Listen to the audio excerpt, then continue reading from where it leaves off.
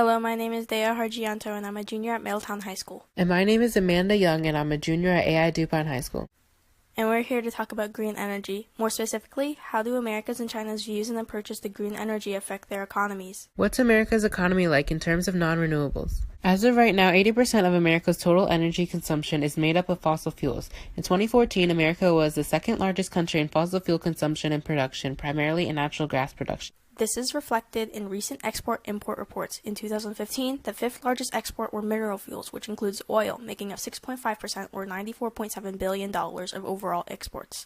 Mineral fuels were also the fastest growing export in 2016, increasing its value by 72.4% since 2009, meaning crude and refined oils benefited the most. The fourth largest import were mineral products, including crude petroleum, at a worth of approximately $189 billion.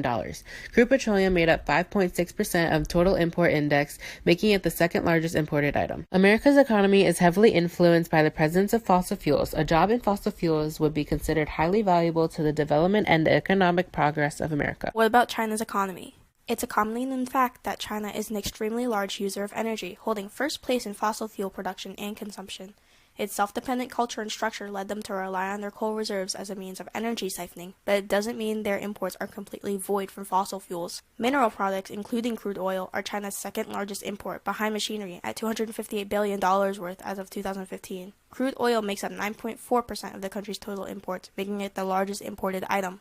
Well, back to the original question, what's America's approach to green energy? To provide a citizen's standpoint on America and its recent developments in green energy, meet Mr. Leonard, an environmental science and earth science teacher at AYeung High School.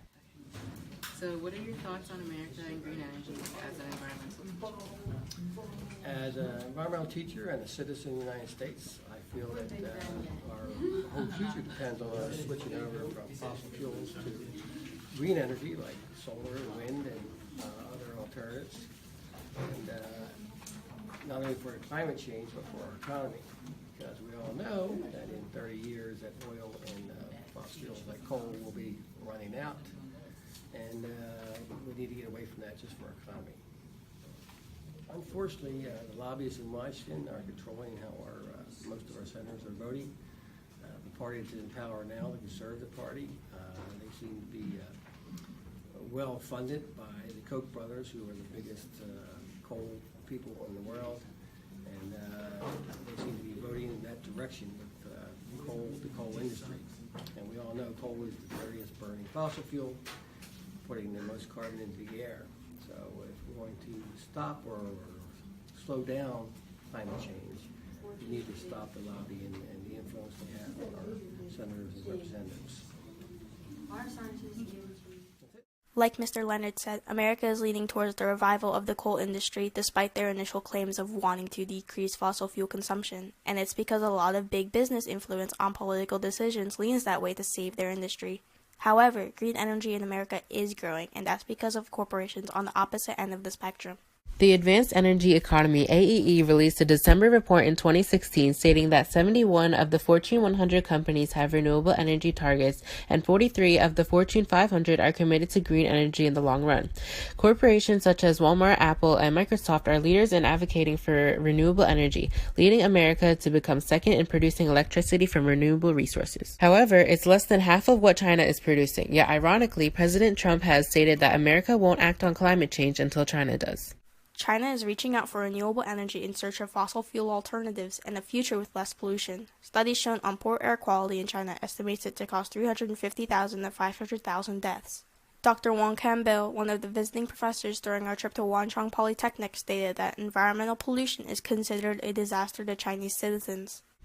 This fuels their desire for a greener energy source. As a result, China is currently first in electricity production from renewable sources. However, because their population is so large, it only meets roughly 20% of their energy needs. The rest of energy demand is met with coal. China's eagerness to eliminate that 80% is evident from the projection of $363 billion spent on renewable power generated by 2020. To China, green energy is seen as an improvement to the economy. It would serve as a form of energy security, eliminating rising costs of fossil fuels for the general consumer. They are also aiming to boost employment in the green energy sector to 13 million jobs by 2020. Although fossil fuel is still a major player in China's economy, their progress in the renewable energy industry is evident from their projects and commitment to the Paris Agreement, and it won't be long until China has successfully eliminated the danger of air pollution. In the meantime, America's political viewpoint on green energy would lead to larger expenses in the fossil fuel industry, more jobs in fossil fuel production, including coal, and a strained relationship with the internationally involved Paris Agreement. However, courtesy of big-name corporations advocating for green energy and private support, the industry of green energy is growing. Jobs in renewable fields become promoted to future generations. At this rate, with the international influence, we could see a slight shift towards green energy alternatives to our fossil fuel lifestyle and experience the same benefits China is experiencing today and tomorrow.